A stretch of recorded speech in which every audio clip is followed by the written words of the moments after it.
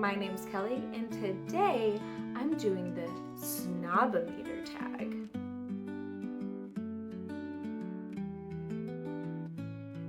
So, I was tagged in this by Nigel over at Reading Ideas. I hope that doesn't mean he thinks that I am a book snob.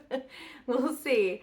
I don't think I am, but we'll have to read through the questions and find out. So, the first question. What is your definition of book snobbery? I think, to me, book snobbery is where you think that the books that someone else is reading is not worthy to be read, and that what you're reading is so much better, and that maybe it makes you a little better of a person because you're reading these books instead of the books that that other person's reading. That's kind of what it means to me, or kind of the vibe that it gives me. Number 2, is there a genre or type of book you would never consider reading? Yes, because of my own convictions and my own faith. I don't want to read smut. Or what they call smut or erotica or whatever you want to call it these days. I am just not interested in it. I have no desire. When it comes to certain things, listen, most of the time I'm an open book, but when it comes to certain things, I'm a little more private. And because I'm more private about it, it means I don't want to read about other people's experiences. It's just a little too much for me. So that's why I probably would not do that. That's the first one that comes to my mind. I would not be interested in reading that for myself. I don't know about anyone else out there, but for me. Okay, number 3. Does erotica count as literature? Okay, so that's a great question because I feel like there are two different definitions. Did I say that right the first time? Anyway, there are two different definitions of literature, because literature, the actual definition of it is essentially something that has been written. Poetry, book, it's just something that has been written is literature. However, I feel like most people look at it as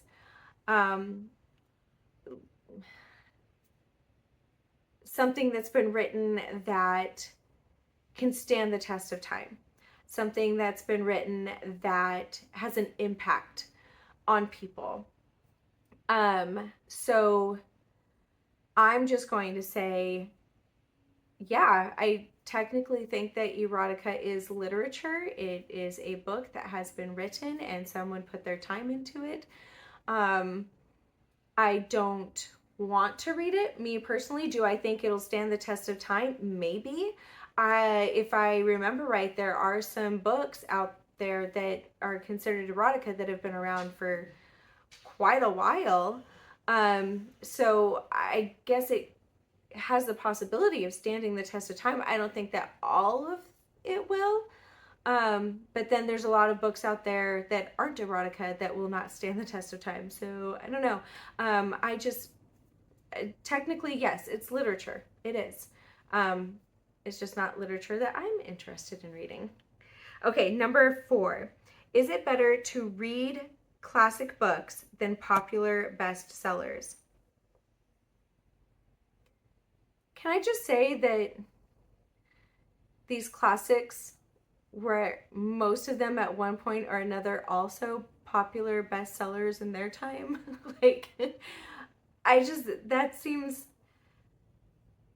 That does seem snobbish because just because something is contemporary, you shouldn't read it. Those books were contemporary at one point in time. No, I love classics. I think that there's a lot that you can learn from them, and I think that a lot of them are very beautifully written, sometimes in ways that we don't see books written as beautiful today. Some, but I don't think that that means that they're better. I think it means that to some people they're more enjoyable. I think that it means that to some people that they know that what they're getting ready to read for the most part is going to be something that has stood the test of time, and maybe that lets them feel like, okay, there's a reason behind this, and I can go into this having high hopes and having confidence that it will be an enjoyable read or will be a profound read or whatever, where they might not feel like they have the security of that with a popular bestseller today. But then again, there are a lot of people that they get ready to read a classic and they're like, no, this is not for me. So like, no, it doesn't mean it's better. Just to some people, there might be a comfort to it, or it might be more enjoyable to them. Okay, that was a long answer. So number 5, have you ever bragged about reading a classic in order to sound smart? No. um, I mean, I love talking about books. And if I've finished something that was like a really big read or something that so many people have been talking about, that I was excited that I finally read it, and I was excited that I can finally join the conversation, that's one thing. But I've never done it with the intent of sounding smart, because listen, I feel like I am intelligent, but I'm also awkward. And I don't like, those two things don't mesh very well sometimes. Um, so yeah, no, I would be too self-conscious to try to sit there and try to make people think I was smart or try to sound smart. No, no, that just makes me feel awkward just thinking about it. Oh, okay, moving on. Number 6, do audiobooks count as reading? Yes, absolutely. Because one, that's one of the oldest forms of passing on a story, is someone telling it to those who couldn't read it, or maybe they didn't have written language at the time it was being told or whatever. Like, yes, it counts. I sit there, and when my kids were little, I would sit there and read books out loud to them. That counted as them reading the book with me. We still do that today. Like, why wouldn't that count? Why wouldn't that count? Not everybody has the time to sit down and read a book. Like, sit down and just have the book in their hands. Some people feel very busy, and reading an audiobook, listening to an audiobook, whatever, is the only way that they feel that they have time to ingest that book some way. Also, there are people that they have a hard time concentrating while reading just words in front of them. They can't picture the book in their head like a lot of us can. And so being able to listen to it is a way to get their imagination that much more connected to the story. So yes, absolutely, audiobook counts. So stop it. What about comic books or graphic novels? Yes, they count.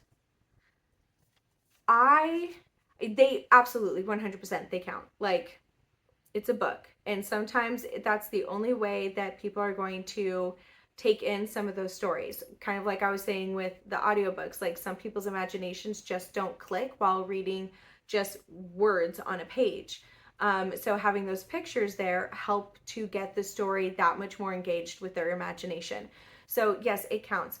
I personally am, like me, I don't really like reading comic books or graphic novels as much.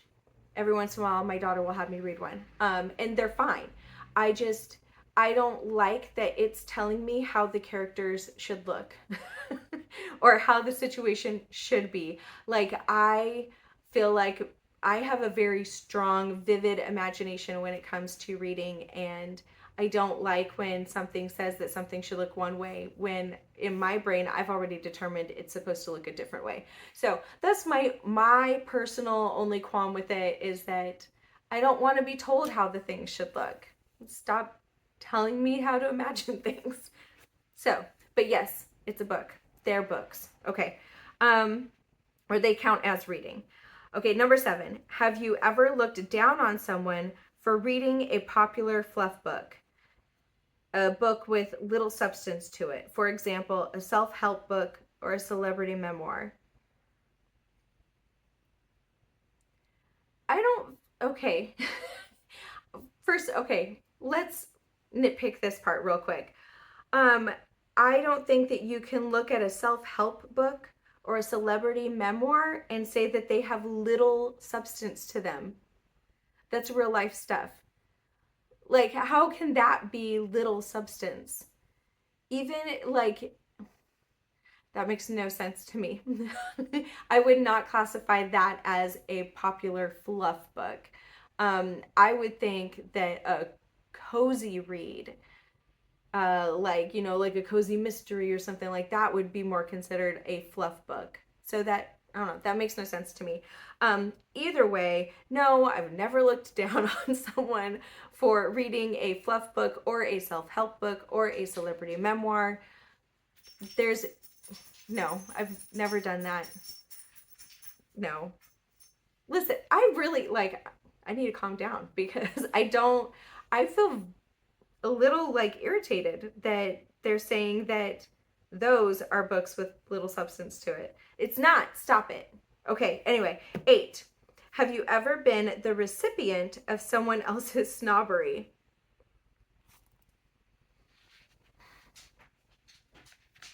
No,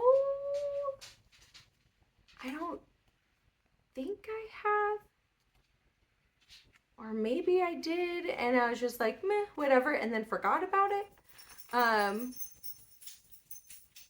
don't think so. The only thing that no, I've never been the recipient of it. Like, I've witnessed people being a bit snobbish about what they were reading, but it was never directed at me for my books. Like, the only thing I can think of is like, um, there have been people that have said that there's no reason for me to have all of these books if I haven't read all of them yet.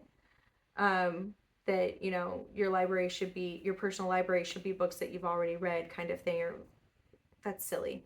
Um, because, well, to me, that's silly because if I've read all of them, then how will I be able to have my next book ready in my hand that I want to read?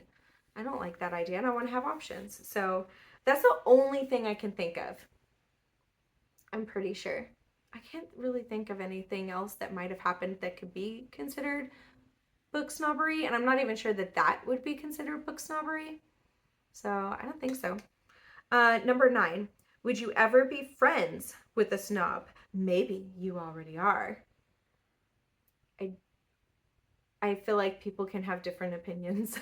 So, I mean, as long as their snobbery isn't directed at me or I don't witness it, because I mean, I would still be willing to engage friendly like with them, but I don't know, they probably wouldn't like me telling them to stop being a snob about it, which I would probably do if I saw them doing it. I don't know. I don't think I am, and I feel like people can have different opinions about things, but like I said, as long as you're not being a jerk about your snobbery, I guess. I feel like you can be a book snob but not be a jerk about it to other people. So as long as you're not going to be a jerk about it to other people, then sure, be a book snob all you want. Okay, so number 10. Are people who don't read less sophisticated than people who do? No. I mean, we talked a little bit ago about how some people just, when they're looking at, I'm shaking a lot. Okay. When they're looking at words on a page, it just doesn't connect with their brain. They have a hard time focusing. But there's so many other ways out there to become sophisticated, to gain knowledge. Like, there's videos, there's so many different ways. You can go to a class and learn things, like, just by listening to someone or watching. Or I don't feel like people who don't read aren't sophisticated. Um, There's a lot of people who do read that maybe aren't the most sophisticated. So I don't think that reading is um, the defining factor for that. Yeah. And I don't think you could even say, oh, well, maybe it just means that they're less cultured. I don't think you can say that either, because a person can be very cultured outside of reading literature. So, no, I don't think, like, no, no. Um, Oven's heated up. Okay, so number 11, measure yourself based on answers to the previous 10 questions. Would you qualify as a book snob? I don't think so. I do not think so. I mean, considering my answers, pretty sure no. Um, yeah, no, I don't. And then it says to tag some people. So, who do I want to tag? Okay, let's do, I don't know who's done it. Um, let's do Mark at Book Ramble. He reads some really interesting books, and I'd like to hear his thoughts on this. And then let's do Katie at Paperbacks and Ponytails. And let's do Cora Mabry. I'd like to hear her thoughts on this. Anyway, if you want to do this, and you haven't done it yet, you haven't been tagged yet, let me know. I'll tag you. If you have different thoughts on some of the questions I answered, I'd like to hear them. Like I said, we can disagree and still be friends, right? Anyhow, I hope you guys have an amazing day. God bless.